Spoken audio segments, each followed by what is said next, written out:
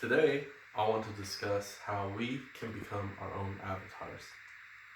Recently, my girlfriend and I finished watching Avatar. And no, I'm not talking about the blue skin aliens that James Cameron created. And no, I won't be discussing how we can master and bend the four elements at will. However, I will be explaining how we can unlock the 7 different chakra points that is mentioned in the show Avatar: The Last Airbender.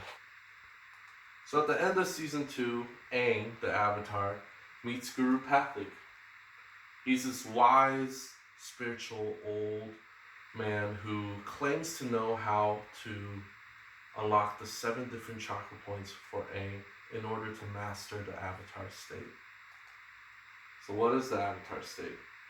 The Avatar state is when Aang, the Avatar, gains the abilities and powers of all the previous avatars before him and virtually becomes unstoppable. He has complete control of his body and of his mind.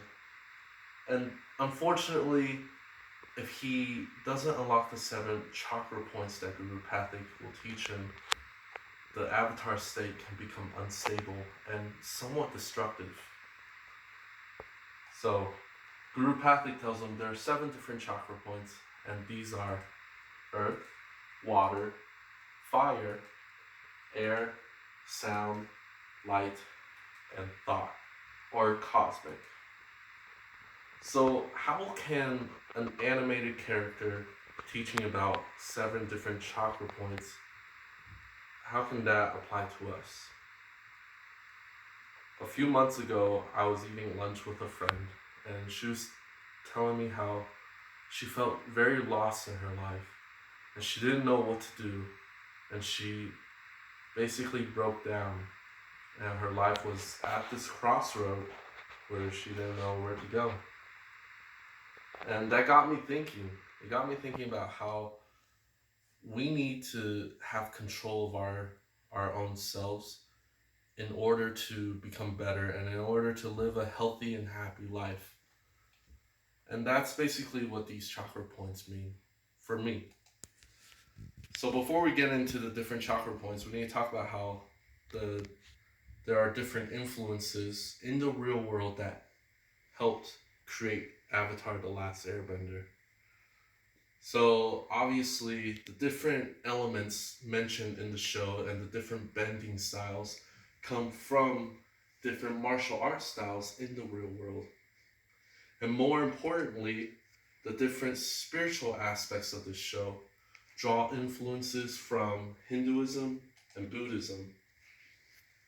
And these spiritual practices are important because in the real world, Hinduism and Buddhism basically teaches us how to better ourselves.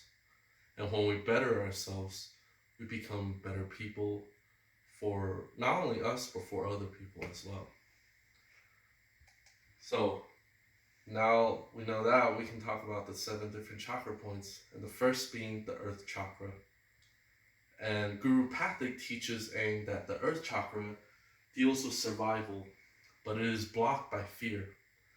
So one important question we need to ask ourselves is, what do we fear, right?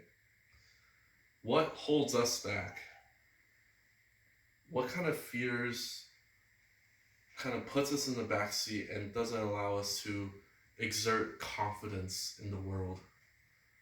When we understand that there are fears in the world and we do have things that kind of hold us back and kind of makes us timid, we can understand that we need to have confidence. We need to have confidence in ourselves so that we can become confident and just better in facing challenges that might come into our lives. Secondly, the water chakra. He teaches Aang that it deals with pleasure, but it is blocked by guilt. What are we blaming ourselves for, right? Sometimes mistakes happen and things happen in our lives where we blame ourselves entirely. And all of a sudden, that blame and that guilt will govern how we live our lives. We need to let those things go. We need to let go of those guilts and blames so that we can continue to move forward. Where we're not here to move backwards and to be set back, but we're here to move forward. So let go of those guilts. Forgive yourself of what may happen. And understand that whatever happens, happens, right? Third, we have the fire chakra that deals with willpower, but it is blocked by shame. What are you ashamed of? This one, I feel like, is very prominent in the world today. There's a lot of body shaming, and there's a lot of just different things that people may hold themselves down for, right? So when we, similar to like the water chakra, when we understand that we need to forgive ourselves, we also need to understand that we need to love and accept who we are personally. We cannot let these shames and guilts hold us back. Midway through, we have the air chakra, and this deals with love, but it is blocked by grief. One question we need to ask ourselves is, what makes you sad and leaves you grieving? Obviously, things happen in our lives where we may feel very sad at one moment in life, and we may be grieving for a while. Maybe, for us here in Rexburg, we may have failed a class, we may have failed a test that we needed, and that's obviously very sad sometimes. And on a more serious note, maybe we lost someone that we love. But again, it's understanding that yes, pain and grief is a part of life. And understanding that will help us move on. Right? The quicker we can move on, and the quicker we can understand that there's people around us that love us and will continue to support us, then that is going to help us to lift ourselves up out of the rut, out of the dirt. Then we have the sound chakra that deals with truth and is blocked by lies. What are we lying to ourselves about? Sometimes we put a face on in order to avoid getting other people involved in our own personal problems. Sometimes we say, oh, everything's okay, when in reality, nothing's okay. We need to learn to open ourselves up so that we can receive that help, receive that love that is there for us. I know for a fact, all of us we're friends, we love each other, we're willing to go to the extreme for each other. And when we can stop lying to ourselves about problems that may hold us down and start accepting the truth of love that's around us, then we're going to be a lot happier. Then we have the light chakra. It deals with insight, but it's blocked by illusion. So we need to ask ourselves, what illusions blocks us from the truth? Guru Pathik teaches Aang that the greatest illusion in the world is the illusion of separation, meaning things may seem to be separated when in reality they should be taken as a whole. So Aang realizes that there are 4 different nations that have different bending abilities. And yes, they may seem separate, but in reality they are one collective people. So in the real world, we have different races, different cultures, different ethnicities, different practices of the world. And that shouldn't constitute the hate and the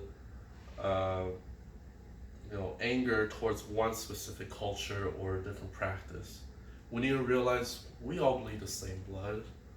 We are all the same people under one God. And finally, we have the thought or cosmic chakra. And that deals with pure cosmic energy, or what I think is divine help. And that's blocked by earthly attachments. And so what holds us back from receiving divine help? And that's the question we should be asking ourselves. I think a lot of times in our world today, social media and technology dominates what goes through our daily minds. And we kind of grow up in this world now where we think that we should be getting instant gratification, and a lot of us want uh, materialistic rewards. So once we can understand that all these things kind of hold us down from receiving divine help or hearing that still small voice, we need to understand that we need to drop these attachments or use things in moderation. So, in conclusion, these 7 different chakra points, once we can unlock these things and understand the worth of them, we can better ourselves and we can become our own avatars. Heavenly Father has stated that one soul is worth, very, very much for Him, and that soul is us. And when we can realize our divine potential, then we can become like the avatar. Thank you.